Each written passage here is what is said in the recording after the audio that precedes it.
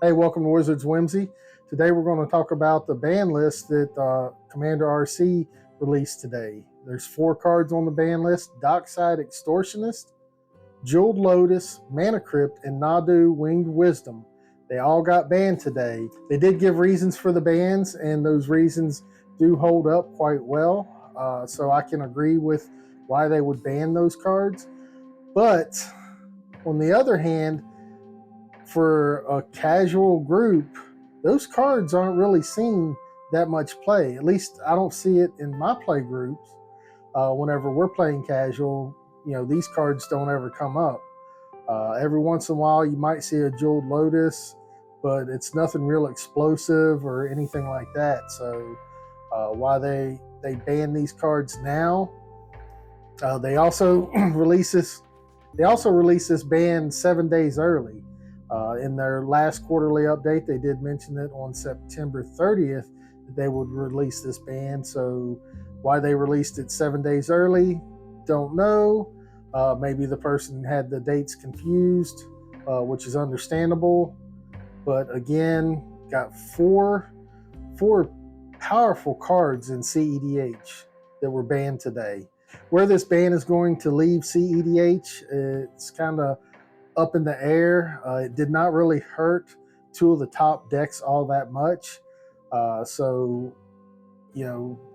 there's going to be a bigger gap that needs to be overcome as far as power level in the cEDH community. This ban wasn't for cEDH. And as we know, the Rules Committee has no desire to implement any kind of bans for the cEDH community. They don't want to curate the ban list for cEDH. Although, like I said, this ban here was pretty much a slap in the face to the cEDH community. Now, did these cards deserve to be banned? Their reasoning, I can see why, but then to skip out and cower away from banning another card, even though it meets that criteria, that just says, hey, we're not doing this for the community. We're doing this to the community. Not for the community, but to the community. In the article, it says, we should also talk about the elephant in the room. We're not banning Sol Ring and have no desire to. Yes, based on the criteria we've talked about here, it would be banned. Sol Ring is the iconic card of the format, and it's sufficiently tied to the identity of the format that it defies the laws of physics in a way that no other card does. Banning Sol Ring would be fundamentally changing the identity of the format. No. Sol Ring does not define Commander. As a matter of fact, whenever I think about Commander, I don't think about Sol Ring. That could be just me. We do look at things differently because we're all individuals and we all think differently, build decks differently. There's so much that goes into it. So saying Sol Ring defines a format, no. The reason that they didn't ban Sol Ring is because they're scared, because Wizard would tell them no, and they got to do what their masters say.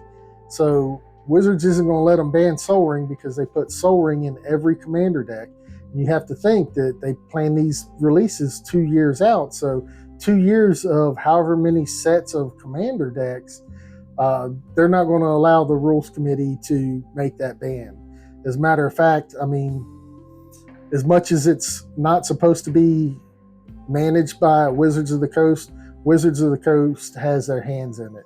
So banning the chase cards that they banned, probably got the okay from Wizards. They probably had to ask them. They may have even pitched the idea that, this will cause cEDH to develop into its own format instead of being tied to Commander.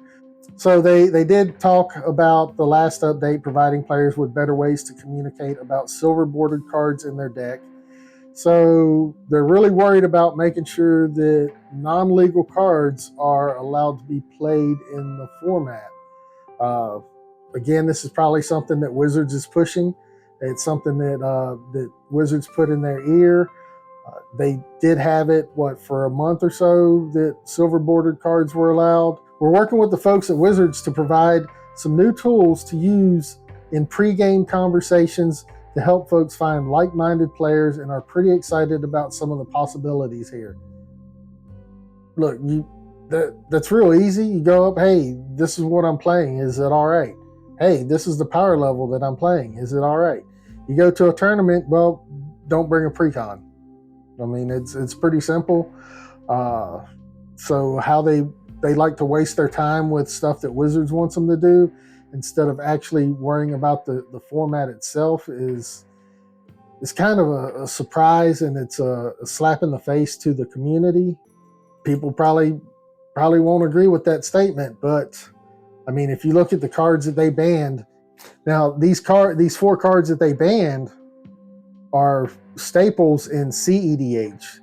Like I said, in my play groups locally around here, I do not see these cards popping up all that often in a casual setting. It's always in a cEDH competitive environment.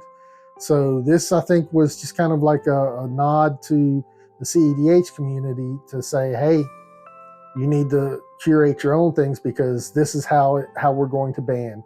We're not going to look at our ban list of all the cards that we could unban because the reasons why these cards got banned are complete crap, and we just decided, well, we didn't like them, so we banned them. As far as their data, the data that they are using, I mean, you can go to EDH Rec and look up, but to actually see what people are building, you can look at EDH Rec and get an idea of what people are building. But as far as the performance of the cards and how they're being used, that data is coming from cEDH tournaments. And if they use that data and they're banning stuff in casual, which probably most of the casual players really don't care about this, and cEDH, so the top 2 decks in cEDH did not really get hit by this ban too much. So this is actually propelling them even further ahead of the rest of the decks in the format. Now, it will be harder to do a Rhystic Study on turn 1, but it's not going to be impossible. So you can still see a turn 1 Rhystic Study, which really surprised me that wasn't one of the cards that they hit, was a Rhystic Study or a Mystic Remora, or even Orcish Bowmaster. But again, if Wizards didn't give them the okay, I doubt that they could ban anything that Wizards doesn't allow them to. Even though it's a committee that's not supposed to be tied to Wizards, Wizards has their hand in the committee and just uses them as puppets, as far as I can tell. Again, I mean, you go 5 years, with one card being in and it not being a problem. Yeah, it's on the radar, but all of a sudden now it's a problem. You've had other cards that have been in the format for decades that isn't a problem, but now all of a sudden is a problem. It's just kind of the timing of it is a little suspicious, and the amount of cards that they banned is a little suspicious. Of course, that could just be the cynic in me.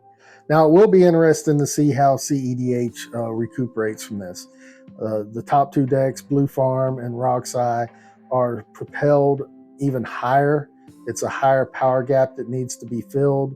The other decks that could compete with those and really give them a run for their money got hit really hard with these bans and makes them less viable. The one thing that I am interested to see is if it makes other decks become viable where they can fill that gap. If not, cEDH is going to have to develop their own committee so that they can actually balance the format, because right now there is going to be a huge imbalance in the cEDH format. Hey, thanks for taking the time to look at this video. I'd love to get your feedback on this ban list, and do you think that this was something that is helping the casual community, or do you think this was something to do to push the cEDH community into developing their own rules committee and ban list? Now, also, I'd love to hear about if these cards, if you see them a lot in casual play, or if you're only seeing them in cEDH play. So hit that like button, subscribe button, and leave a comment. And until next time, keep slinging those spells.